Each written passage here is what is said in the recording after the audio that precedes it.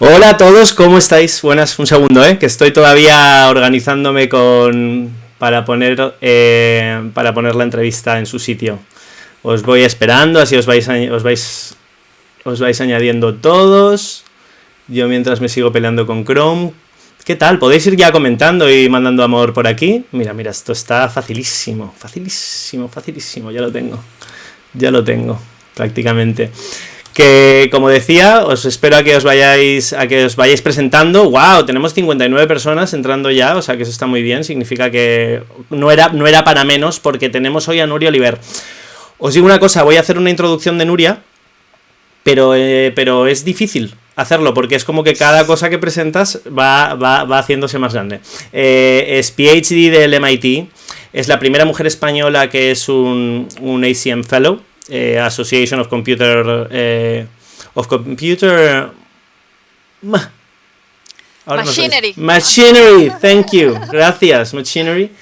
Pero no solo eso, ha creado, bueno, junto con su equipo de Valencia, ahora nos lo va a contar mejor, un modelo predictivo que ha ganado un X-Prize. Si os metéis en la página de X-Prize, lo primero que vais a ver es a Elon Musk, pero ha ganado un X-Prize por un modelo predictivo y la verdad es que es alucinante. Así que vamos a hablar con ella directamente. No voy a, without further ado. Así que empezamos cuando quieras. Encantada de tener una buena conversación contigo. Genial, mira, te voy a decir una cosa, una noticia mala, es que no había audio en todo esto que acabamos de hablar hasta que has entrado tú. Tú sí, esto último que has hecho, tú has entrado. Así que lo siento por la gente, perdonad, pero ha sido un fallo mío del OBS. Como decía, hago la pequeña introducción sobre ti.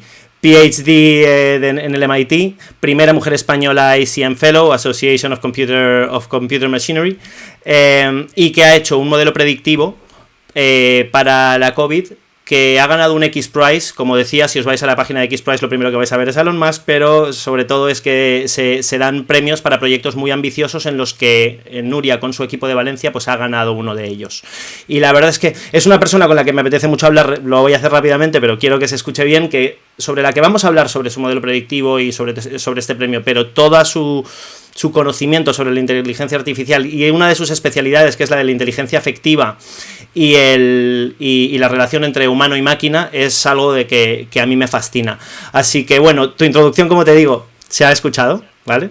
O sea que podemos empezar a pasar un poco más a esto empecemos por el X-Prize, que ha sido como lo más noticiable últimamente. Cuéntanos cómo surge esta idea tuya de llegar a involucrar al equipo en algo tan ambicioso, y si fue por el premio o fue simplemente porque tú ya llevas trabajando bastante con ese concepto de AI for Good, ¿no?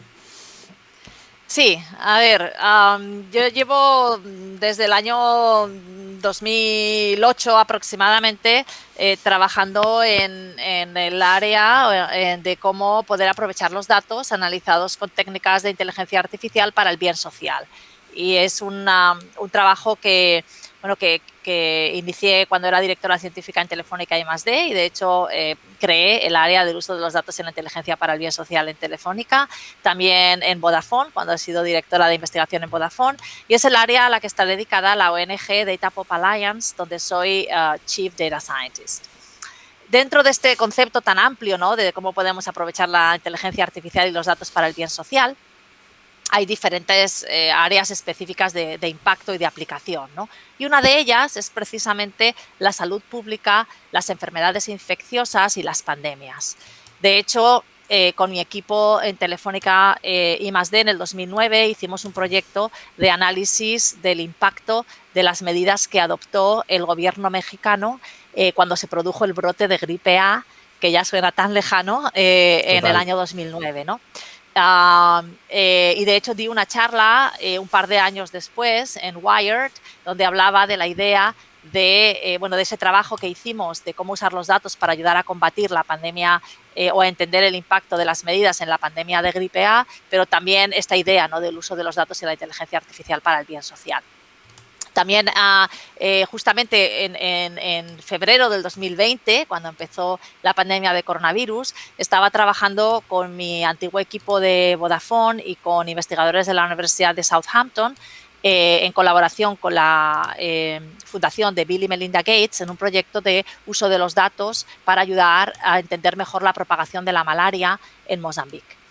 Entonces, cuando surgió la pandemia actual de coronavirus y me di cuenta de que realmente no se estaban, incluso ya a principios de marzo del 2020, pues no parecía que íbamos encaminados al uso de los datos para ayudarnos a entender mejor la situación, ¿no?, en la que estamos y para ayudarnos a tomar decisiones, pues me sentí de alguna manera muy motivada para hacer una propuesta que hice tanto al gobierno central como al gobierno de la Generalitat Valenciana, con una idea que tenía de crear un equipo de expertos y expertas de la sociedad civil que trabajásemos mano a mano con los tomadores de decisiones, con los políticos, para ayudarles a que la toma de sus decisiones pues estuviese más basada en la evidencia, en los datos, ¿no?, en los análisis de los datos utilizando el estado del arte científico, ¿no?, y también para poder medir el impacto, ¿no?, de las medidas, que es el otro elemento, es ayudar a tomar decisiones, pero también medir el impacto de esas decisiones. Entonces, recibí una respuesta muy entusiasta de la Generalitat Valenciana y muy rápidamente, en una cuestión de un par de días, creamos un equipo de trabajo que nos llamamos el equipo de ciencias de datos en la lucha contra el coronavirus, y que está formado por más de una veintena de investigadores e investigadoras de las diferentes universidades y centros de investigación en la Comunidad Valenciana. Y hemos estado trabajando muy intensamente con reuniones diarias, con predicciones diarias, informes diarios, con la Dirección de Políticas Públicas dentro de Presidencia de la Generalitat. Entonces, en ese contexto, y si quieres podemos hablar más del trabajo que hemos hecho estamos haciendo muchas cosas, análisis de movilidad, modelos computacionales, epidemiológicos, modelos predictivos y también ciencia ciudadana a través de una gran encuesta ciudadana que lanzamos llamada COVID-19 Impact Survey, que se ha convertido en una de las más grandes del mundo con más de 580.000 respuestas, y ya aprovecho a la gente que le pueda interesar a contestarla porque realmente es súper valiosa. Dinos dónde la pueden encontrar, por favor, para que Celorian, que está ahí moderando siempre como el amo de la moderación. Que lo puedo teclear aquí en el chat si quieres, pero es COVID-19 Impact Survey, todo junto.org. Vale. Entonces, en ese contexto, en noviembre del 2020, me llegó un email que enviaron a la comunidad científica de inteligencia artificial, a una de las listas de distribución de los investigadores en inteligencia artificial. Me llegó un email de XPRIZE anunciando este reto de XPRIZE que empezaba, que se llamaba el reto de la respuesta pandémica, ¿no? Pandemic Response Challenge. Yo conocí a XPRIZE porque desde mis tiempos como investigadora en los laboratorios de investigación de Microsoft en Redmond, en el estado de Washington, en Estados Unidos. XPRIZE es una fundación sin ánimo de lucro que lleva ya muchas décadas organizando competiciones mundiales que intentan resolver retos importantes para la humanidad. Y es un concepto un poco de innovación abierta, ¿no? De decir, bueno, tenemos un gran reto que resolver, ¿por qué no aprovechamos la creatividad y las ideas y el trabajo de toda la comunidad, ¿no?, de cualquier persona del mundo, de cualquier persona del planeta, para acelerar la resolución, ¿no?, de esos retos y para tener pues esta inteligencia colectiva, ¿no?, que nos pueda ayudar a resolverlos. Entonces, cuando yo era investigadora en los laboratorios de Microsoft, vino el fundador de XPRIZE para contarnos un XPRIZE que había en ese momento, creo que era de $10 millones, no estoy segura, que era para poder lanzar un cohete al espacio sin ser la NASA o sin ser una agencia gubernamental. En aquel momento era algo bastante revolucionario porque los viajes al espacio habían estado monopolizados básicamente por las grandes instituciones gubernamentales aeroespaciales, ¿no? Entonces, este reto estaba patrocinado por la familia Ansari, que es una familia muy rica, y entonces me pareció genial la idea, ¿no?, de decir, wow, hacen un reto para que cualquier innovador, cualquier emprendedor pueda hacer un cohete, lo mande, ¿no?, y el que lo consiga pues gana este premio. Y de hecho yo creo que fue uno de los elementos que sirvió de detonante para la industria privada que ha florecido de empresas, ¿no?, que envían exactamente con SpaceX y un montón de otras empresas. Sí. Entonces, cuando cuando me llegó lo del Pandemic Challenge, pues dije, bueno, voy a mandar un mensaje al equipo a ver qué pasa, ¿no? Entendiendo, claro, que a ver si quieren jugar. Exacto, pero era un reto, era como la Champions League y claro. nosotros habíamos estado, pues no sé, en Regional B quizás, ¿no? A nivel mundial, pudiésemos decir, ¿no? Porque es una región dentro del mundo, no estamos hablando del planeta entero. Entonces, uno de los miembros del equipo, Alberto Conejero, que es catedrático en la UPV, fue como el más lanzado, ¿no? Dijo, sí, presentémonos. Y yo actué un poco de abogado del diablo y les dije, a ver, esto es la Champions League, o sea, si nos presentamos, nos tenemos que matar a trabajar. Como la Superliga, pero si sale bien. Exacto.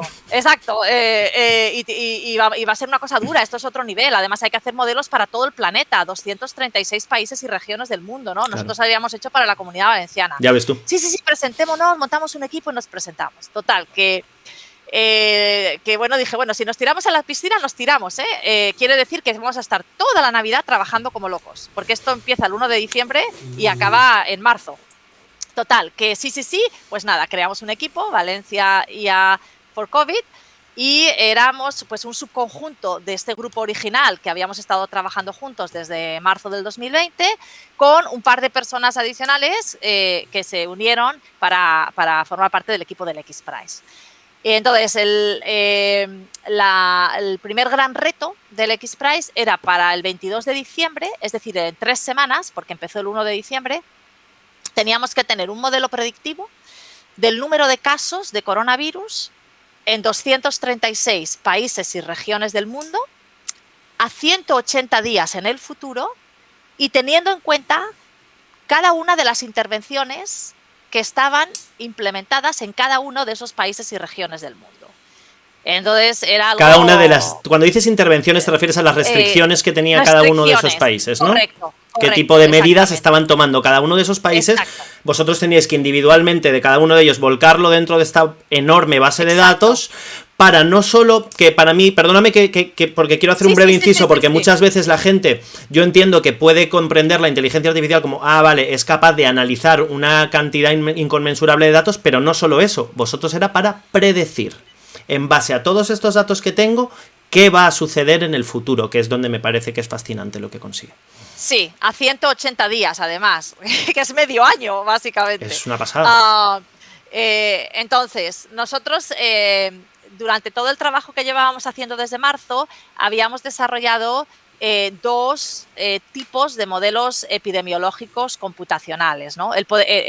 Para poder predecir el número de casos, lo que haces es un modelo epidemiológico computacional. Computacional quiere decir que lo haces en el ordenador y epidemiológico quiere decir pues, que modela la progresión de la pandemia.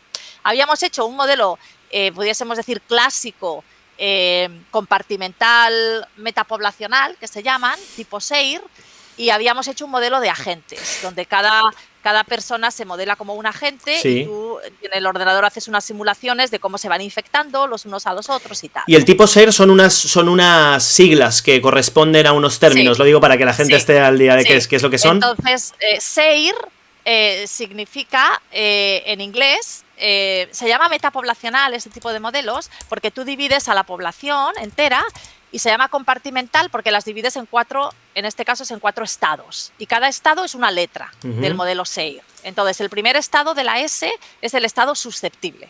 Claro. Inicialmente en febrero del 2020 todos éramos susceptibles a contraer coronavirus porque era un virus nuevo al que no habíamos sido expuestos anteriormente, ¿no? Entonces, hipotéticamente, todo el mundo tiene una susceptibilidad, ¿no?, de ser contagiado. Esa es la S.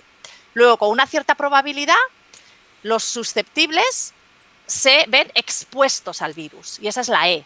Okay. Entonces, los expuestos, con una cierta probabilidad, se infectan. Y esa es la I.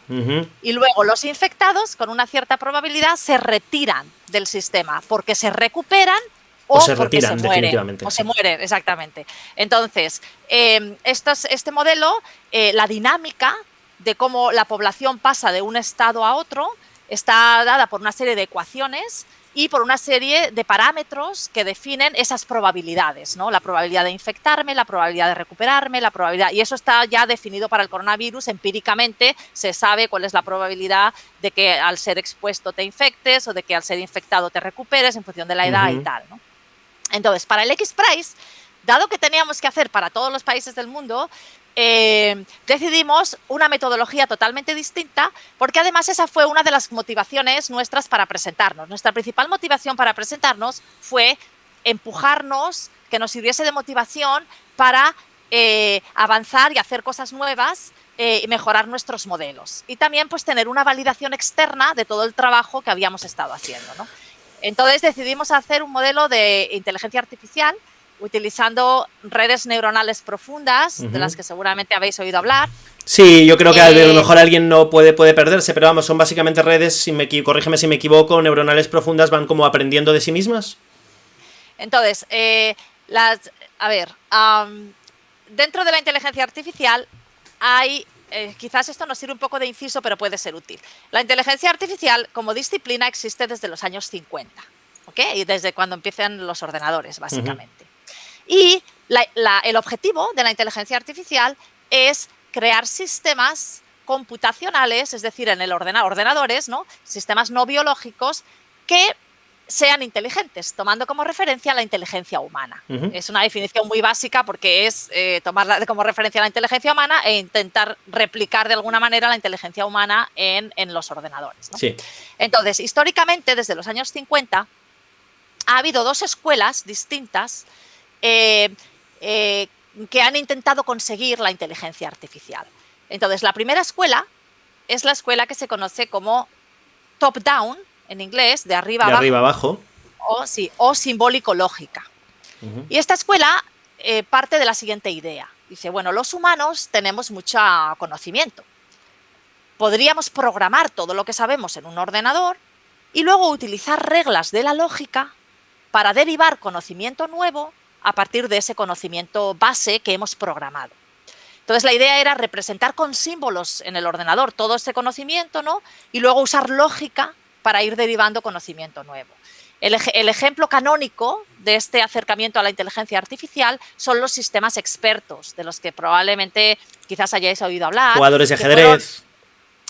Bueno, no, un sistema experto es más los sistemas que había, por ejemplo, antes cuando tú llamabas a un call center y te atendía a lo mejor un sistema que no era un humano y te preguntaba que tiene un problema, el problema suyo es de la factura o es de darse de alta o es de tal, ¿no? Entonces iban como estructurando el problema, te iban navegando, ¿no? Eso es un sistema como por una ramificación. Sí, entonces los sistemas expertos fueron el primer caso exitoso de comercialización de la inteligencia artificial. Desde mediados de los 70 hasta mediados de los 90 tuvieron un momento ahí de auge.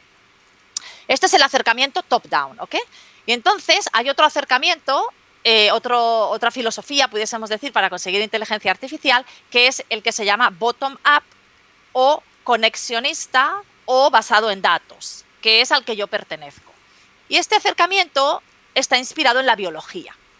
La principal idea es, bueno, los seres biológicos inteligentes aprenden a partir de sus interacciones con el entorno en el que se encuentran, a partir de la experiencia, a partir de datos, ¿no? Si queremos crear inteligencia artificial, tendríamos que poder crear algoritmos que aprendiesen a partir de datos. Y de ahí surge, el ejemplo canónico son las redes neuronales, que son unos algoritmos en el ordenador, ¿no? Unos métodos en inteligencia artificial que se entrenan con datos. Y a partir de los datos lo que hacen es encontrar patrones en esos datos o modelar el fenómeno subyacente que captan esos datos, ¿no? Y poder hacer predicciones, etcétera. Entonces, si la inteligencia artificial está revolucionando la sociedad, ¿no? Y le podemos hablar a nuestro móvil, o el mejor jugador de ajedrez hace ya mucho tiempo que es un ordenador, o tenemos coches sin conductor. O el del Go, que es más sorprendente todavía, ¿no? El del Go o el del Dota 2. O podemos diagnosticar cáncer, ¿no? O coronavirus en radiografías, ¿no? Usando algoritmos, es porque se ha producido un crecimiento exponencial y un gran auge de estas técnicas de inteligencia artificial basadas en el aprendizaje a partir de datos. En parte porque ahora hay muchos datos que no había hace 50 años o 40 años, ¿no? Entonces, para el XPRIZE, nosotros decidimos utilizar técnicas de aprendizaje basadas en datos. Es decir, bueno, si tenemos todos los datos de casos de todo el mundo y tenemos toda la información de qué medidas han adoptado en cada país, podemos diseñar un sistema que aprenda a partir de ahí y que él solito de alguna manera aprenda el impacto que tienen las medidas en la predicción del número de casos, ¿no? Y entonces ya pues prediga el número de casos. Estos sistemas lo que haces es que los entrenas con casos del pasado, con ejemplos del pasado, en nuestro caso sería con la primera oleada y la segunda oleada, y entonces el sistema aprende, si lo haces bien, pues se supone que aprende la dinámica del fenómeno subyacente, ¿no? Que en este caso es la pandemia, y entonces luego predice, en teoría, si funciona, pues predeciría adecuadamente, ¿no? Lo que va a pasar en el futuro. Entonces, hicimos algunas innovaciones, ¿no? en el tipo de modelo que usamos de redes neuronales, la arquitectura, ¿no? de la red neuronal, etcétera. Y la verdad es que funcionó muy bien. Lo presentamos el 22 de diciembre, que era el plazo, y en la fase de evaluación de las predicciones, nuestro modelo se quedó, creo que era tercero en el ranking mundial. Nos quedamos primeros en los países europeos, en la predicción de los casos en los países europeos y en los países asiáticos. Entonces, pues eso nos llenó de gozo, claro, obviamente, y nos llenó de energía. Dijimos, wow, no me lo puedo creer, estamos en el top, ¿no? del mundo. Y entonces nos dio mucha energía porque habíamos trabajado muy duro para trabajar todas las navidades. En la fase final, pasamos a la final, eso lo anunciaron en enero. El 9 de enero, creo que fue, o el 10 de enero, anunciaron los equipos que pasaron a la final y teníamos un mes, básicamente, para hacer la segunda parte, que aún era más difícil. La segunda parte era hacer un prescriptor de medidas. Es decir, es lo que más me gusta. Es prácticamente, perdóname, pero es que me emociona. Esto es prácticamente una inteligencia artificial que tome las medidas por nosotros. Sí, que recomiende medidas. Que tome, sí, que recomiende, sí. Entonces, y que además esté basado en la evidencia, obviamente, que las recomiende, pero en base a algo, ¿no? Entonces, el reto era para todos estos países y regiones del mundo, que son 236, hacer un sistema que, dada la situación epidemiológica, ¿no? del país y dado un coste asociado con cada posible medida que puedes aplicar, porque obviamente cerrar colegios no cuesta lo mismo que cerrar el trabajo, que no cuesta lo mismo que cerrar los viajes internacionales, etcétera, el sistema recomendase hasta 10 políticas distintas de intervenciones a aplicar, de medidas a aplicar, que cumpliesen la siguiente condición. Para un cierto coste, no habría ninguna otra combinación de medidas que diese menos casos. Es decir, fuese la medida óptima a tomar desde el punto de vista del número de casos de coronavirus que ibas a tener para ese coste. Pero obviamente ahí, de hecho, en el caso de la competición había 7,8 millones distintas de posibles combinaciones de medidas que se podían aplicar en cada día, en cada momento. Y el sistema tenía que automáticamente identificar las óptimas, ¿no? Y además 10 distintas. ¿Por qué 10 distintas? Porque en función del país, en función de las propias prioridades, en función de la propia visión política que pueda haber, el trade-off entre el coste y el número de casos es distinto, ¿no? Entonces, hay dos extremos, te voy a decir los dos extremos claros, y luego entre medias hay, como te digo, 7,8 millones de posibilidades cada día que puedes aplicar. Los dos extremos sería el extremo de no hago nada, no tomo ninguna medida. El coste sería muy bajo, porque obviamente si no tomas ninguna medida, pues no hay coste ni de hostelería, ni de trabajo, ni de nada, ¿no? Pero el coste en salud sería muy alto, porque si no haces nada, pues evidentemente los casos crecen exponencialmente, ¿no? Y se satura el sistema sanitario. Claro. En el otro extremo sería lo hago todo, activo todas las medidas posibles. El coste sería inmenso, porque sería paralizar el país entero durante X tiempo, pero a nivel de número de casos, pues probablemente es el que menos casos te dé, porque si está todo paralizado, pues no se contiene, ¿no? la pandemia. Entre esos dos extremos hay una curva que tendría todas las combinaciones óptimas para cada posible coste, ¿no? Y lo que teníamos que hacer era encontrar 10 que cubriesen un poco el espectro desde los más caros a los más baratos, ¿no? De decir, bueno, pues para este dinero, si estás dispuesto a gastarte este dinero, sí, esto es lo que tendrías que hacer para minimizar el número de casos. Y bueno, este prescriptor, pues bueno, yo creo que nos debió de salir muy bien, porque nos declararon ganadores mundiales. Se llevó el Oscar, sí, este prescriptor. Sí. Y creo que ha sido la primera vez que gana un equipo español. ¡Qué guay! Una competición de este nivel, sí. Entonces estamos muy felices, estoy feliz con el equipo está feliz. Y yo creo que ha habido, y esto me gustaría también destacarlo, creo que nuestro equipo, obviamente técnicamente, hemos demostrado que lo que hemos hecho es muy bueno, porque técnicamente, ¿no?, ha funcionado todo muy bien frente a todos estos equipos del mundo, pero creo que también tenemos un componente humano que nos ha destacado. Somos un equipo multidisciplinar, somos un equipo diverso. Si has leído algo sobre mí, pues probablemente sepas que creo firmemente en la necesidad de la diversidad, ¿no?, y lo importante que es la diversidad. Entonces, pues es diverso de género, es diverso de edad, es diverso de institución, porque somos de diferentes instituciones. Y somos un equipo, y esto igual te da risa, pero cuando nos presentamos, lo primero que le dije al equipo fue, porque estaban, sí, vamos a ganar, no sé qué, ¿no? Y yo decía, a ver, si nos dan algún premio, que nos den el premio de buena gente. Yo creo que lo más importante es que seamos buena gente. Y luego ya lo vamos a hacer lo mejor posible y nos vamos a matar a trabajar. Pero, por favor, que seamos buena gente, ¿no? Entonces, creo que ha sido muy importante porque en un reto de estas características, con un nivel de exigencia tan grande y con un marco temporal tan comprimido, hay muchos momentos de tensión, hay muchos momentos de estrés, hay muchas noches sin dormir. Y que no hayamos tenido ninguna pelea, ninguna discusión, ningún roce, que nadie se haya enfadado en medio de la competición, que nadie haya dicho, vale, pues me voy, o nada, absolutamente nada, ¿no?, sino todo lo contrario. Una actitud positiva, colaborativa, de ayudarse mutuamente, de estar todos remando, ¿no?, en la misma dirección. Yo creo que es un factor, bueno, a mí me emociona, pero también creo que ha tenido un impacto muy positivo en el performance del equipo, ¿no? Porque todo ha funcionado muy bien y todo el mundo ha contribuido al máximo y realmente te das cuenta de que 1 más 1 es más de 2, ¿no? Cuando puedes encontrar estas sinergias y esta manera constructiva, ¿no?, de trabajar juntos y de colaborar. Y esto yo creo que ha sido un elemento clave para el éxito que hemos tenido en esta competición.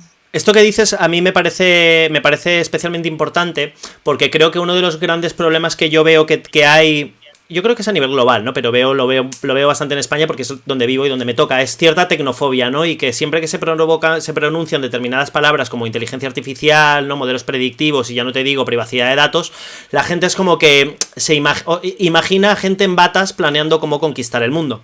Y una de las cosas que me gustaron del proyecto, que yo creo que además es un background que traíais, por un lado, de tu trabajo en telcos y de la experiencia con Congo y con México, es trabajar con repetidores, ¿no?, de telecomunicaciones, que son los que os dan una buena cantidad de datos, pero además una buena cantidad de datos respetando la privacidad, porque lo único que estudian es movimiento de personas, ¿verdad? Pero no cogen los datos del móvil individualmente. Sí, pero para esta competición los datos, todos los equipos han usado los mismos datos, que son datos públicos, claro, disponibles datos públicos en un proyecto, sí, que son datos de Oxford. A eso me refiero. De hecho, en un repositorio de Oxford, que es muy interesante, es un proyecto que básicamente lo que hacen es aglutinar todos los datos de casos de todos los países y los datos de medidas adoptadas en todos los países. Entonces ahí todos los equipos jugamos con los mismos datos. Sí. A lo que haces referencia es, dentro del contexto del equipo que te he comentado, ¿no?, que llevamos trabajando desde marzo, una línea de trabajo es el análisis de la movilidad humana. Y para poder analizar la movilidad humana hemos colaborado con el INE, que a su vez ha colaborado con las 3 grandes telcos para poder hacer flujos de movilidad agregados y anonimizados y 100% preservando la privacidad, claro, a partir del uso de la red de telefonía móvil. Entonces, ¿por qué es importante modelar la movilidad humana? Porque evidentemente una enfermedad infecciosa de transmisión de humano a humano, como es el coronavirus, no se convierte en pandemia si no nos movemos. Claro. Por eso estamos confinados y por eso las medidas de contención de movilidad son tan importantes para contener geográficamente la propagación del virus, ¿no? Entonces, poder medir la movilidad, poder determinar qué tipo de movilidad es la más importante, poder determinar si las medidas reducen o no reducen la movilidad, es muy importante. Claro. Para poder identificar también debilidades en las medidas, ¿no? A lo mejor te piensas que una medida funciona muy bien y luego resulta que no impacta la movilidad. Y dices, pues esta medida no vale para nada, ¿no? O al revés.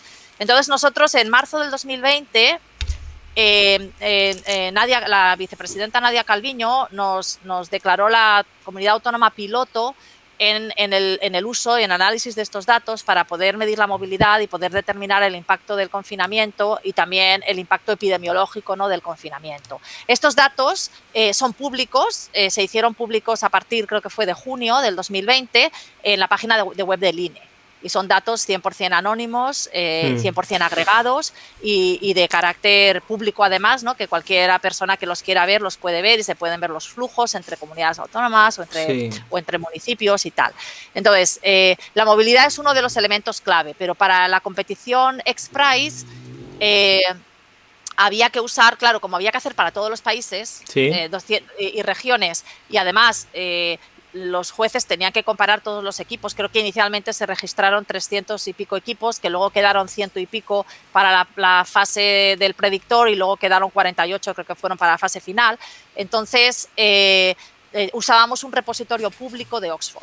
Lo que quiero decir, claro, es que no eran, es decir, que está siempre la sospecha de... Con Radar COVID había gente que era como, no la quiero utilizar porque están invadiendo mi privacidad, pero por lo que dices es eso, no solo vosotros como equipo, sino en general todos los equipos fueron capaces de hacer un modelo predictivo que funcionaba y operaba sin tener que invadir la privacidad de los ciudadanos. Sí, evidentemente. Es decir, es algo que no es un either or, sino que existe una posibilidad de utilizar inteligencia artificial con datos públicos que eso no significa que te estén espiando, que es, yo creo, una de las razones por las que existe tanto miedo a palabras de tecnología simplemente porque suenan raro, ¿no? Y eso es algo que me parece muy positivo. Sí que creo que ha surgido esta conversación sobre hasta qué punto países que tienen como las libertades más restringidas, como algunos de Asia, ¿no? O Israel, pues es verdad que han tenido puede ser mejores resultados, no sé si debido a eso, o a lo mejor no tenía nada que ver y era puramente genético, pero sí que hemos sido capaces, o me gustaría saber, ¿no?, en los casos que vosotros habéis estudiado, qué casos ha habido de, implementando buenas medidas sin invadir la privacidad, podemos obtener buenos resultados. Sí, efectivamente. Entonces, aquí creo que es importante entender el concepto de un análisis individual versus un análisis agregado. Entonces, un análisis individual sería modelarte a ti, ¿no?, tu comportamiento, dónde vas, qué es lo que te gusta, qué páginas de web ves, qué no ves, ¿no?, lo que hace Google o lo que hace Facebook, es un análisis individualizado, ¿no? Ahí, evidentemente, hay implicaciones claras de privacidad, porque estás infiriendo, incluso si no se hace a partir de datos personales tuyos, se pueden inferir atributos personales, ¿no?, de la persona usando técnicas de inteligencia artificial. Una de las cosas es que me gustaría hablar, de hecho. Nosotros lo que hemos hecho es un análisis agregado. Agregado quiere decir que incluyes a muchas personas, ¿no?, hasta el punto de que en el contexto del X-Prize modelábamos los casos de todo un país o de una región. Por eso eran 236 y no era 100 y pico, porque en el mundo no hay 236 países. Lo que pasa es que estaban incluidos los 50 estados americanos y los cuatro reinos, pudiésemos decir, las 4 regiones en el Reino Unido. Entonces, modelábamos el número de casos en toda España, o el número de casos en toda Italia, o el número de casos en toda Francia, ¿no? Entonces, claro, eso está agregado a los 40 y pico millones de personas que viven en España, ¿no? Entonces, ahí no hay ningún tipo de análisis individual. Entonces, esto es muy importante entender la diferencia entre un análisis individual y un análisis agregado. Y luego, evidentemente, los datos, además, eran datos 100% anónimos, porque es el número de casos que hay en España cada día. De ahí no se puede inferir ningún atributo de ninguna persona, ¿no? Evidentemente. Sí. Entonces, efectivamente, hay una inmensa oportunidad que todavía no hemos realizado realmente el potencial de esta oportunidad de cómo poder aprovechar la inteligencia artificial, ¿no?, para el bien social. Y eso ha sido, como he comentado antes, pues una de las áreas en las que llevo trabajando más de 10 años y que siempre han motivado mi carrera, ¿no?, científica. Mi principal motivación siempre ha sido cómo inventar tecnología que nos ayude. Que tenga impacto positivo, como para el cambio climático, tengo entendido también, ¿no?, y para el comportamiento humano. Yo creo que una de las cosas que además me gusta es cómo se puede aplicar para el behavioral, ¿no?, para nivel comportamiento, porque fíjate, en vuestra encuesta vi que habíais señalado algunos datos, me muero de ganas, ¿no?, de saber que me imagino que habréis sacado datos curiosísimos, pero uno de ellos era que cuando preguntabais a qué tenía la gente más miedo, qué creía que era lo más contagioso y lo más arriesgado, durante una etapa, por lo menos, no sé si sigue siendo, decían que era viajar en avión. Que es algo sigue siendo, y sigue siendo lo que más tienen miedo. Sí. Sin embargo, no es. Sin embargo, no es ni mucho menos, ni mucho menos lo más peligroso. Entonces, de una manera muy contraintuitiva, ¿no? Nuestro cerebro acaba tomando decisiones malas. Y yo creo que es muy interesante cómo la inteligencia artificial es una muy buena aliada para ayudarnos a tomar decisiones mejores de cómo las tomamos nosotros. Lo que pasa es que ese balance, ¿no? Ese calibrado entre confianza depositada y cuánto estás perdiendo de tu percepción de libertad individual es lo que pone a la inteligencia artificial siempre en este lado como de adversaria casi, ¿no? Sí, a ver, la principal motivación para todo este trabajo, ¿no? Es precisamente mejorar la toma de decisiones humanas. Claro. Sabemos que los humanos no somos perfectos. Y la historia, lo sabemos. Tanto nuestra historia personal, ¿no? De cada uno, como la historia colectiva, nos ofrece innumerables ejemplos de tomas de decisiones que han sido subóptimas, ¿no? Por no decir otra cosa. Los humanos somos susceptibles a la corrupción, tenemos intereses personales, somos envidiosos, tenemos avaricia, tenemos conflictos de interés, tenemos hambre, tenemos sueño. Somos cortoplacistas. Hay tantos factores, ¿no? Tenemos sesgos. Entonces, hay tantos factores que influencian nuestra toma de decisiones y que han hecho, ¿no? Que la toma de decisiones no haya sido óptima, que la idea es decir, bueno, si los algoritmos no son susceptibles a todas estas limitaciones y además pueden analizar datos que sean un reflejo digital de una realidad subyacente, pues podrían ayudarnos a abordar, ¿no? O a minimizar el impacto negativo de algunas de estas decisiones, ¿no? Que tomamos los humanos y que sabemos que no son las óptimas. Claro. Esa es la principal motivación.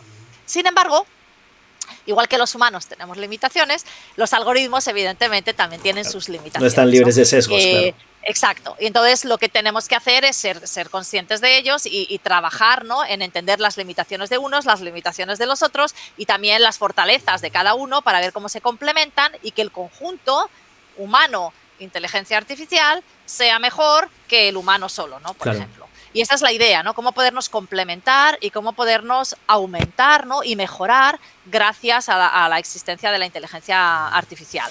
Relacionado con lo que decías de la pandemia, de la percepción de seguridad, sí. Efectivamente hay una falta de alineamiento entre el riesgo real y la percepción del riesgo, ¿no? De muchas de las actividades relacionadas con nuestra vida diaria, ¿no? Esta pregunta la tenemos creo que es desde abril del 2020, o sea, tenemos un año de respuestas y es una pregunta en la que preguntamos ¿cuáles de estas actividades considera usted que se pueden realizar con bajo riesgo de contagio de coronavirus? La que siempre, y no solo en España, también en Italia y en Alemania, porque tenemos una muestra muy representativa de 4 países, Brasil, Italia, Alemania y España. En Brasil creo que también, pero los datos de Brasil no me los sé tan bien. Durante todo el año, la actividad que se considera menos segura con respecto al riesgo de contracción de coronavirus es volar en avión. Es curioso, ¿eh? Aunque no hay ningún brote certificado realmente, ¿no? Y de hecho los filtros, ¿no? Que tienen los aviones son de los mejores filtros y se considera uno de los entornos probablemente más seguros, ¿no? Lo que pasa que lo que encontramos es que hay una correlación muy grande entre la percepción de seguridad y la probabilidad de que la persona haga esa actividad. Es decir, si tú vuelas mucho en avión, tu percepción de que es seguro sube. Curiosísimo ese sesgo. Pero si tú no vuelas, entonces, ¿qué pasa? Que como la mayoría de la población no ha volado en avión durante todo un año, porque hemos estado aterrizados todos, ¿no? Pues de alguna manera pensamos que es la menos segura. Que es porque es muy peligroso. Sí, exacto. Entonces, por ejemplo, esto lo vemos claramente en las diferencias de edad. La gente joven, que entiendo que es la que más sale, por ejemplo, a bares, pues piensa que ir a bares es mucho más seguro que las personas mayores, por ejemplo, ¿no? O ir al cine, también vemos una diferencia de edad, o ir a temas de salir, ¿no? Cualquier actividad relacionada con salir.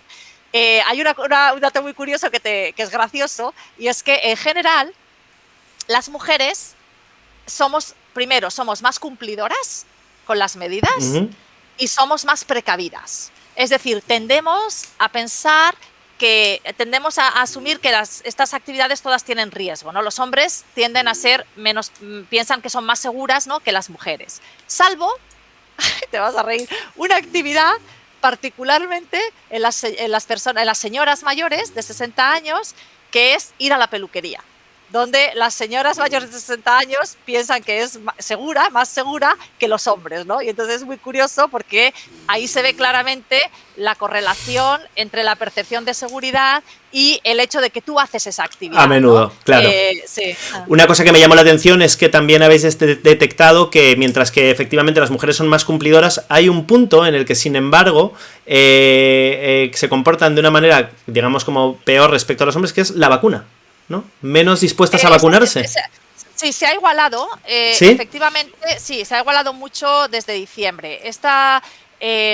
La pregunta sobre la intención de vacunarse la tenemos desde octubre. Y efectivamente en octubre el primer resultado muy preocupante en octubre, que ahora no, era la baja intención en general a vacunarse en octubre. Era una intención muy baja. Estábamos hablando como de un 30 y pico % solo de la población. A ver, es verdad que la vacuna no se sabía mucho de las vacunas, no había empezado ninguna campaña de vacunación y había un cierto temor, ¿no?, hacia los efectos secundarios, etcétera. Y no necesariamente contradiciendo el hecho de que las mujeres somos más cuidadosas, pero efectivamente más hombres estaban dispuestos a vacunarse que mujeres, siendo un porcentaje muy bajo. Pero como nosotros lo interpretamos, es precisamente consistente con el hecho de que las mujeres tienden a ser más precavidas. Claro. Porque en ese momento la vacuna la percepción no era de que fuese segura, y entonces, siendo más precavidas en general las mujeres, según los datos de la encuesta, pues menos mujeres no estaban dispuestas a vacunarse. La intención a vacunarse ha crecido casi exponencialmente desde octubre. Ahora estamos en un 80 y pico % de intención a vacunarse, tanto en hombres como en mujeres. Y no hay diferencia de género. No hay mucha diferencia de género. Hay diferencia en países, hay diferencia en países que sí que sorprendentemente Alemania y Francia. Bueno, sorprendente en el caso de Francia para nadie, porque 1 de cada 3 personas me parece que son antivacunas en Francia. Tiene un verdadero problema. Sí, en Alemania, para contrastar con datos de la misma encuesta, el mismo instrumento, ¿no? Si en España hay un 80 y pico % de gente que dice que se vacunaría, en Alemania es un 50 y algo. Es una pasada, ¿no? Y además fíjate, me hace como pensar que, mira, que viene España, ¿no? Que muchas veces tenemos complejo de inferioridad y hay muchas cosas en las que estamos comportándonos súper bien, estamos haciendo cosas muy buenas. Sí, es verdad. Bien.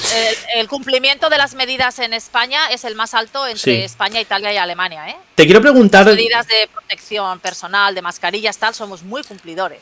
Te quiero preguntar respecto a la inteligencia artificial aplicada para grandes retos que tenemos. Además, fíjate, es una pregunta que ha surgido a través de Iris en el chat, que es... ¿Qué experiencias o por lo menos qué aplicaciones ves para utilizarla para combatir el cambio climático, que es uno de los grandes retos, si no el gran reto que tenemos por delante? Hay muchísimas. De hecho, yo siempre digo, y es una de las, creo firmemente en ello, de hecho mañana estoy hablando en un evento de la Comisión Europea y lo voy a decir, ¿no? A los grandes retos a los que nos enfrentamos, donde obviamente la emergencia climática es uno de ellos, no los vamos a poder resolver sin la ayuda de la inteligencia artificial.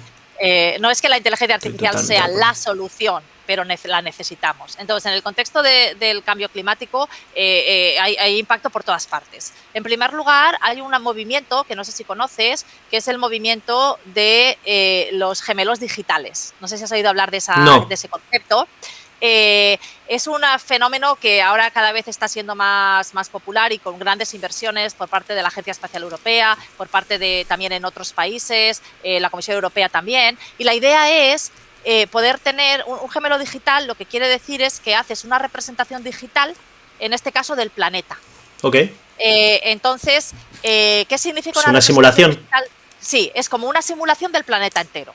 Entonces, esto se está utilizando mucho en el contexto del cambio climático. Si tenemos unos buenos modelos predictivos del clima y de los factores que impactan al clima, podemos hacer muchas simulaciones en este gemelo digital y poder determinar pues qué intervenciones, ¿no?, para ralentizar el cambio climático pues pueden funcionar o no pueden funcionar, si son suficientemente ambiciosas, si no son ambiciosas, etcétera, ¿no? Entonces, todo eso obviamente no puede funcionar si no es con inteligencia artificial. Estos son modelos todos de inteligencia artificial. Luego tenemos el área de las energías renovables. Se necesitan algoritmos de inteligencia artificial para optimizar, por ejemplo, en el contexto de la energía eólica o la energía solar, que son dependientes de la meteorología, pues se necesitan modelos predictivos para poder optimizar la generación de energía. En los modelos prosumer, ¿no?, donde tú eres tanto productor de energía como consumidor, ahí también se utilizan algoritmos de inteligencia artificial para optimizar cuándo vendes la energía a la red y cuándo te la quedas, ¿no?, para consumirla tú. También se utilizan algoritmos de inteligencia artificial para optimizar y predecir fallos en el grid eléctrico, en lo que se conoce como el smart grid, ¿no?, en todos los temas relacionados con la energía. Luego tenemos el transporte. Se está produciendo una revolución en el contexto de los coches autónomos, ¿no?, que pueden optimizar algunas de las rutas de transporte, ¿no?, y poder tener así menos emisiones porque además son eléctricos. Tenemos el área de que ahora se ha visto acelerada, ¿no?, con la pandemia. Aquí no es tanto quizás inteligencia artificial como tecnología en general, ¿no?, que es el poder, el desacoplar un poco dónde vives de dónde trabajas, ¿no?, y el poder tener una presencia online que sea más intensa y que minimice pues toda la producción, ¿no?, de la emisión de CO2 con todos los viajes a trabajar, ¿no?, los commuters, ¿no?, etcétera. Entonces ahí es una intersección muy grande la que hay entre la inteligencia artificial y la emergencia climática, de la misma manera que la hay entre la inteligencia artificial y los 17 Objetivos de Desarrollo Sostenible. Hay un movimiento creciente a nivel mundial de el aprovechamiento, el uso y la inversión de investigación en técnicas de inteligencia artificial que nos permitan acelerar la consecución de los 17 Objetivos de Desarrollo Sostenible. Es que de alguna manera el potencial que tiene y además su omnipresencia la convierte en una especie de la nueva electricidad, ¿no? Es una de esas tecnologías que podría cambiar para siempre el funcionamiento. De hecho, ahora estamos en la cuarta revolución industrial. Sí. Y esta cuarta revolución industrial, como las otras revoluciones industriales, está transformando profundamente la sociedad, ¿no?, todos los aspectos de la sociedad. La cuarta revolución industrial representa una unión íntima, sin precedentes en nuestra historia, entre el mundo físico, el mundo biológico y el mundo digital. Entonces, esta revolución está impulsada por disciplinas como la nanotecnología, la biotecnología, la ingeniería genética, ¿no?, y, como no, la inteligencia artificial. Y la inteligencia artificial tiene unas características que la atribuyen el papel que está jugando en la cuarta revolución industrial similar al papel que jugó la electricidad en la segunda revolución industrial. ¿Por qué? Porque la inteligencia artificial es una disciplina transversal. Claro. Hemos estado hablando del uso en la pandemia, del uso para el cambio climático, hemos estado hablando de los 17 Objetivos de Desarrollo Sostenible. La inteligencia artificial es transversal. Se puede aplicar a cualquier otro campo de conocimiento. La educación, el transporte, los procesos de fabricación, el entretenimiento, el periodismo, todas las disciplinas son susceptibles de ser impactadas por la inteligencia artificial, ¿no? Además, es invisible porque, en realidad, aunque mucha gente cuando piensa en inteligencia artificial lo primero que le viene a la mente es un robot no es mi caso, que pero está conquistando el mundo, ¿no? Pero en realidad es Terminator. invisible porque es software, ¿no? Sí. En realidad son programas de ordenador que no vemos, ¿no? Y además tiene una característica que la hace muy potente, que es que la inteligencia artificial no solamente nos permite interpretar el pasado, ¿no?, o explicar el presente, sino que además nos permite hacer predicciones hacia el futuro. Y esto es algo que, claro, que le da un valor inmenso porque nos puede ayudar mucho a tomar decisiones, ¿no?, si tenemos buenos modelos predictivos de qué es lo que puede pasar en el futuro en cualquier ámbito, ¿no? A mí esa es una de las cosas que me parece que es más humbling, no sé cómo se dice esto en español, ¿no?, pero como que más me deja como en un lugar de wow, qué pequeños somos, que es la capacidad predictiva que tiene de nuestro comportamiento, y yo creo que es una de las razones por las que nos sentimos tan amenazados por ella, ¿no? Ya más allá de yo creo que está la gente que ve al Terminator caminando destrozando las calles, pero luego por otro lado está más esa visión que incluso puede ser compartida, la de Elon Musk, que es como de hasta qué punto nosotros nos convertimos casi en seres irrelevantes por el hecho de que si llegásemos a un concepto que me encanta, ¿no?, y que te he visto hablar alguna vez, que es el de la AGI, ¿no?, la inteligencia artificial general, ¿no?, esta súper inteligencia por encima de todos, que de alguna manera, ¿en qué lugar nos deja, no? Es una pregunta bastante filosófica, ¿no? Pero antes de eso es, en el estado actual en el que estamos de inteligencia artificial, cuando tú eres capaz de crear modelos predictivos que no solo están prediciendo el qué medidas tomar por motivos técnicos, sino por motivos comportamentales, voy a decirlo así, no sé si existe esa palabra en español, ¿no? Por behavioral reasons, ¿no? Cómo nos comportamos los humanos. Ahí lo que estás descifrando realmente a través de estos modelos es lo fácil que somos de predecir realmente nuestras decisiones, me genera preguntas, ¿no? ¿Qué es el libre albedrío? ¿Hasta qué punto hay un determinismo? Sí, entonces efectivamente yo creo que hay diferentes elementos aquí. En primer lugar, creo que una observación en general es que los humanos somos mucho más predecibles de lo que nos pensamos. Muchísimo. Que somos. Y de lo que nos gusta asumir también, aceptar, ¿no? Exacto. Sí, entonces esto yo creo que uno de los trabajos emblemáticos en este sistema, en este contexto, es el trabajo del ganador del premio Nobel, Kahneman, con el libro Thinking Fast, Thinking Slow, donde... Nunca lo tengo más lejos del alcance de mi mano. Nunca. ¿Es en español cómo se dice? Pensar rápido, pensar... Pensar rápido, pensar despacio. Sí, es de los pocos libros que decidí comprármelo en español porque no me atrevía a leérmelo en inglés. Sí. Pues, y que bueno, que él junto con muchos otros autores forman parte o están contribuyendo al concepto de behavioral economics. ¿No? Sunstein también. Sí, Sunstein exacto. También se llevó Thaler, uno de los dos se llevó Thaler, me parece que fue el que se llevó un Nobel también.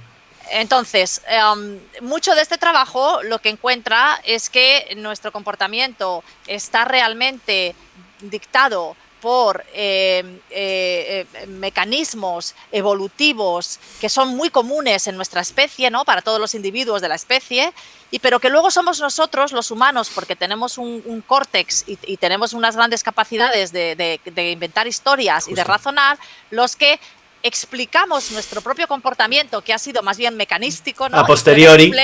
Exactamente, nos lo explicamos a nosotros mismos, ¿no? Y decimos, no, yo he decidido esto porque bla, bla, bla, bla, bla, cuando en realidad no ha sido por ese motivo, ¿no? Me parece muy mono, ¿eh? Me parece monísimo que los humanos seamos así, por otro lado. Sí, o sea, forma parte de nuestra inteligencia, ¿no? Esta capacidad que tenemos para contar historias y para explicarnos no solo a los demás, sino a nosotros mismos, ¿no? Lo que estamos haciendo. Entonces, ¿qué pasa? Hay un elemento que realmente a mí me preocupa mucho y de hecho en la unidad ELIS de Alicante que he co-creado, que es la única en España, que se llama el Instituto de Inteligencia Artificial Centrado en la Humanidad, esta es una de las áreas de investigación, es precisamente la capacidad que tenemos haciendo algoritmos de inteligencia artificial que modelan nuestro comportamiento, ¿no? Dado que hay tantos elementos de nuestro comportamiento que son predecibles, pueden predecir nuestro comportamiento, pues lo vulnerables que nos hace a ser manipulados, ¿no? Y de hecho todos y todas tenemos nuestro principio ético de la ética occidental de autonomía, que se supone que es un principio básico, ¿no? que dice que las personas deberíamos de ser libres y dueñas de nuestros pensamientos y de nuestras acciones. Sí. Pues yo me atrevo a decir que no creo que haya nadie de los que esté viendo este programa que no haya visto su principio de autonomía violado en algún momento del día, ¿no? Y si lo crees tienes un problema, porque no te das cuenta de una realidad, ¿no? De esa vulnerabilidad. Exacto. Tienes que ser consciente, me parece clave. Exacto. Entonces, a mí me preocupa porque no hay transparencia con respecto al nivel de manipulación al que somos sujetos, ¿no?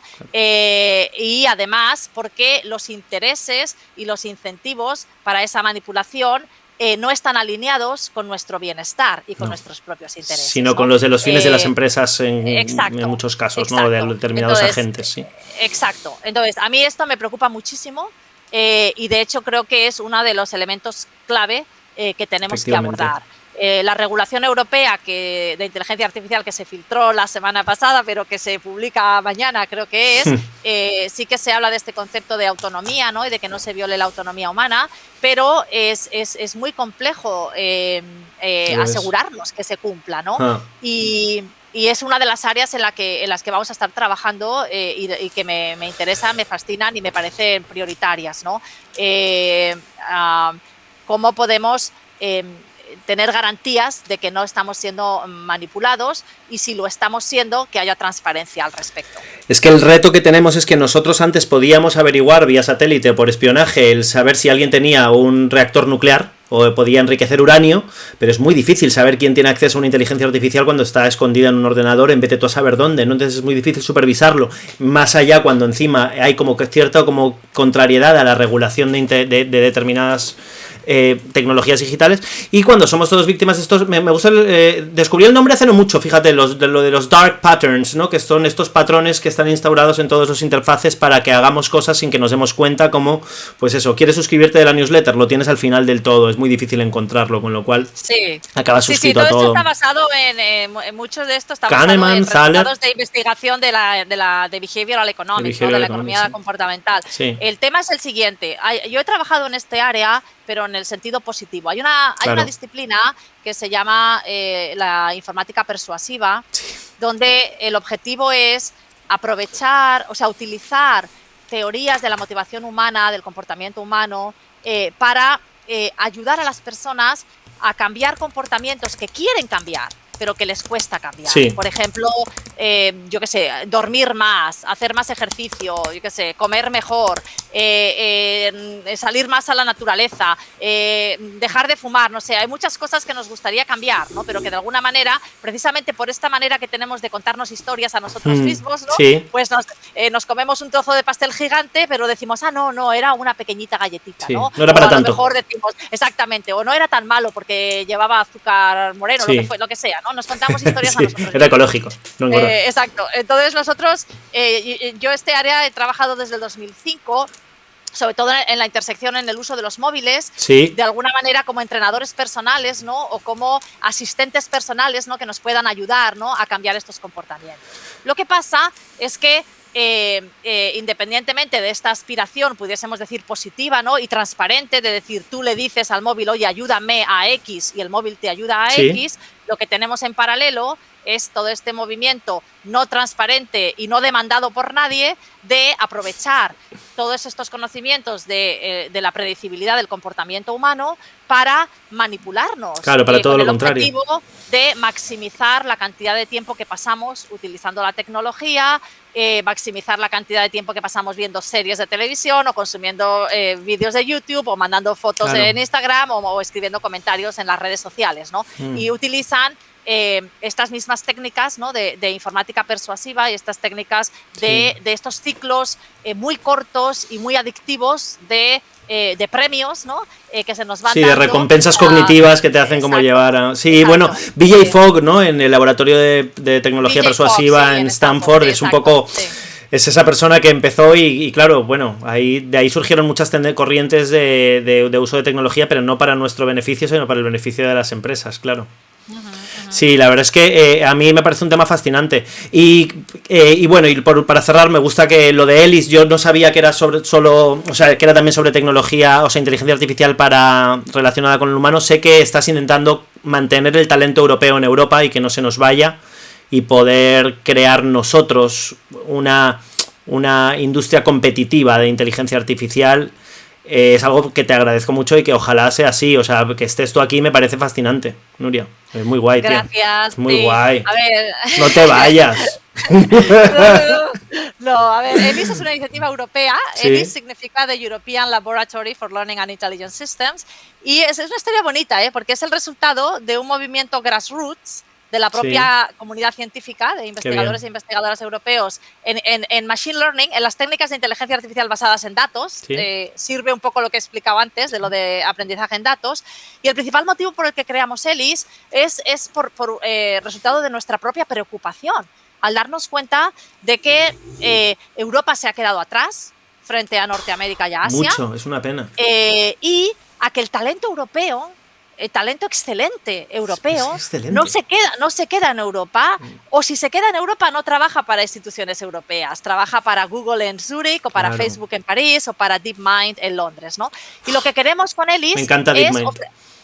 Sí, pero desgraciadamente no es europeo. No lo ha comprado Google. Google no es europeo, claro. Entonces, lo que queremos es que haya muchos más DeepMinds, pero que se puedan quedar en Europa y que sean europeos, ¿no? Y contribuir a la soberanía tecnológica europea en inteligencia artificial, porque pensamos que es absolutamente estratégico y necesario que Europa sea líder, ¿no? En inteligencia artificial. Y además que el talento europeo, que es excelente y que tenemos gente buenísima, pues que se pueda quedar y que pueda tener impacto positivo, ¿no? en la sociedad, trabajando en el continente donde ha nacido, donde ha crecido y del que es, pero además atraer a también talento excelente de otros lugares para que venga a Europa, ¿no? Y que Europa se convierta como en la meca, ¿no? En este lugar atractivo al que si eres una persona que quieres cambiar el mundo, ¿no? Con la inteligencia artificial y que tienes unas grandes capacidades, pues que digas, es que quiero estar en Europa, porque Europa es el lugar en el que hay que estar.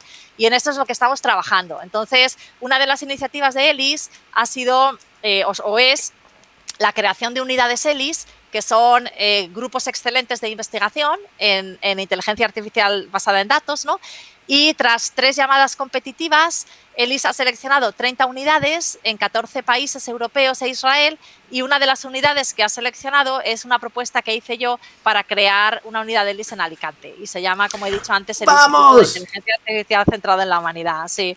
Está empezando ahora porque con la pandemia también se ha retrasado todo mucho, pero yo creo que está totalmente alineado con tus intereses, Rodrigo. ¡Maravilla! Porque muchos de los temas de los que hemos hablado son proyectos de investigación que vamos a hacer en la unidad de ELIS de Alicante. ¿Cómo está la terreta, pegando fuerte? Porque en Elche está también, si lo que siempre digo es el SpaceX español. Sí, el PLD Space, tal. Sí, es guay. Joder, pues me alegro mucho. Mira, te pregunta Xavi Cortés, dice, vaya, ahora quiero trabajar en ELIS, que cuente si tiene vacantes, dicen. Sí, ELIS tiene muchas vacantes. Xavi, dale, tío. Vamos a estar haciendo las entrevistas y contratando. Empezaremos en el otoño del 2021. Así que estad bien atentos todos y todas. Y sí, tenemos una gran oportunidad de cambiar el mundo, de atraer a talento excelente no solo a Europa, sino a España y en particular a Alicante, y de realmente intentar hacer las cosas de manera diferente, ¿no? ELIS Alicante también va a tener y tiene un modelo de investigación que tiene que ser competitivo a nivel mundial y por tanto tiene que ser mucho más anglosajón de lo que es tradicional por aquí, ¿no? Pregunta off topic y por curiosidad simplemente, Ellis Island es la isla a la que llegaban todos los inmigrantes a Nueva York, ¿no? Es donde está la Estatua de la Libertad, pero sé que en el caso de Ellis es por unas iniciales. ¿Alguna relación? ¿Se hizo por esta isla o nada que ver? La verdad que no lo sé, pero hoy lo Fíjate, voy a pregúntalo, porque es que yo cuando vi Ellis dije, Ellis Island, que es a donde llegaban los inmigrantes de Europa a América, y digo, fíjate cómo... Nos reunimos, la Junta de Gobierno de ELIS, yo soy vicepresidenta, nos reunimos todos los miércoles, así que lo voy a comentar hoy en la reunión, a ver lo que me dicen. Les diré que hay una conexión ahí con Ellis Island. Claro, es como el plan de venir a Ellis Island, no al otro. Sí. No, a ver, significa European Laboratory for Learning and Intelligence Systems, entonces de alguna manera es el acrónimo, ¿no? Sí, pero puede ahí ser un pan. Es una conexión interesante, sí. Looks like a pan. Nuria, yo me he quedado contigo hablando horas, de verdad, pero no sé si, me imagino que tienes cosas que hacer.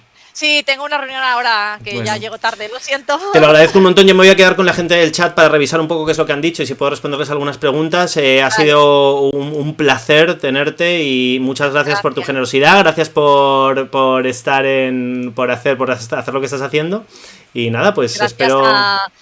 Gracias a ti por el interés, gracias a ti por hacer una entrevista con tanto conocimiento. La verdad que se nota que es un tema que te gusta y que sabes de él. Jolín, gracias. Y encantadísima. Cuando quieras, aquí estoy. ¡Guay, qué maravilla! Eres un amor. Muchas gracias, Nuria, que vaya fenomenal. Un abrazo muy fuerte. Gracias, chao, chao. Yo me quedo con vosotros, chicos, un ratito más, que me gusta siempre ver qué habéis puesto en el chat y poder hablar un ratejo. ¿Vale? Así que nada, súper interesante la charla, Iris, ¿verdad? Es que a mí ¿sabes como que de vez en cuando hay algunas entrevistas que es como, Dios, tío, estaba emocionada desde que... Para empezar, desde que me dijo que sí. Quiero full disclaimer, yo no conocía a Nuria y la conocí por mi suegro, que mis suegros son unos... Os mando desde aquí un beso porque os adoro. Sois como mis segundos padres, Joan y Catalina. Y mi suegro me dice, he visto una mujer muy interesante porque había ganado el X-Prize. Y fíjate, gracias a él, y a Catalina, a Johnny y Catalina, me puse en contacto con ella y fue instantáneo, la verdad. Y hay más gente con la que estoy contactando que me apetece mucho. Lo siento mucho, todavía no tengo Arca, pero vamos a seguir hablando de tecnología profunda, todo lo que podamos. Hablemos del mono de Elon Musk, cómo está. Ya sabéis que podéis entrar en Discord. Voy a ver si os puedo compartir esto sin que se me caiga el mundo entero. Si os puedo compartir una invitación para que paséis a Discord a hablar y a participar en el grupo. Y bueno, no me puedo ir sin decir, es que no me gusta interrumpir a los invitados, obviamente, cuando hablamos, pero porfa, recordad que es muy importante para nosotros que nos sigáis. Es muy importante para nosotros que os suscribáis, ¿vale? Que no solo que nos sigáis, sino que os suscribáis para apoyar a nosotros, a Neutral y el contenido que estamos haciendo si os gusta. Recordad que con eso tenéis emotes únicos, podéis verlo sin publi. Y luego aparte pues la sensación de, ojolín, qué guay, ¿no? Esto. Qué guay poder estar apoyando a Neutral. Y si el contenido os gusta. Así que nada, os lo recuerdo, porfa. Os dejo el enlace para que participáis en Discord. Y vamos a ver qué cosas habéis dicho, porque he visto bastantes cosas interesantes en el chat que me gustaría repasar. Lo siento mucho por el problema del principio de que no se escuchase. Todavía soy un noob con OBS a veces, y encima es que justo se ha conectado ella en el momento en el que íbamos a streamear. Sabía que tenía poco tiempo, así que disculpadme por eso, ¿vale? Saludos de Alicante, Nuria, la terreta ahí fuerte. Nuria Crack, la verdad es que sí. Nuria Oliver, Vizca Alacant, a tope. Hola Inma, como siempre ahí, fiel en el chat. El Nightbot diciendo, recuerda que puedes apoyar el trabajo de Neutral suscribiéndote, por favor, hacedlo, no dejéis de hacerlo. Celoran, no sé si te doy las gracias lo suficiente por estar ahí moderando y reaccionando a todo lo que dicen los invitados y lo que digo yo. Eres el amo, te quiero mucho, tío. El croma parece salido de una fiesta de Miguel Bosé. Es posible, igual lo es, no se sabe, aunque trabajó en la Fundación Bill y Melinda. Uy, va a haber bifa ahí. Buenas, el molo de Elon Musk te saluda. Hola, Abacus. Paconer, algo leí esta mañana que son tarjetas de RAID para realizar cálculos integral. Bueno, si la inteligencia artificial es un tema apasionante. Roces, ¿qué mola? La privacidad es un problema. ¿De dónde sale este problema? Bueno, pues la privacidad it's an issue. ¿Qué aplicaciones tendría esta tecnología en el cambio climático? Nos lo ha respondido, la verdad es que me alegra. ¿Cómo podemos garantizar que esa tecnología no está en malas manos? Es imposible garantizar que una tecnología no está en malas manos. Cuando haces tecnología, sabes que lo que tienes que hacer es currar.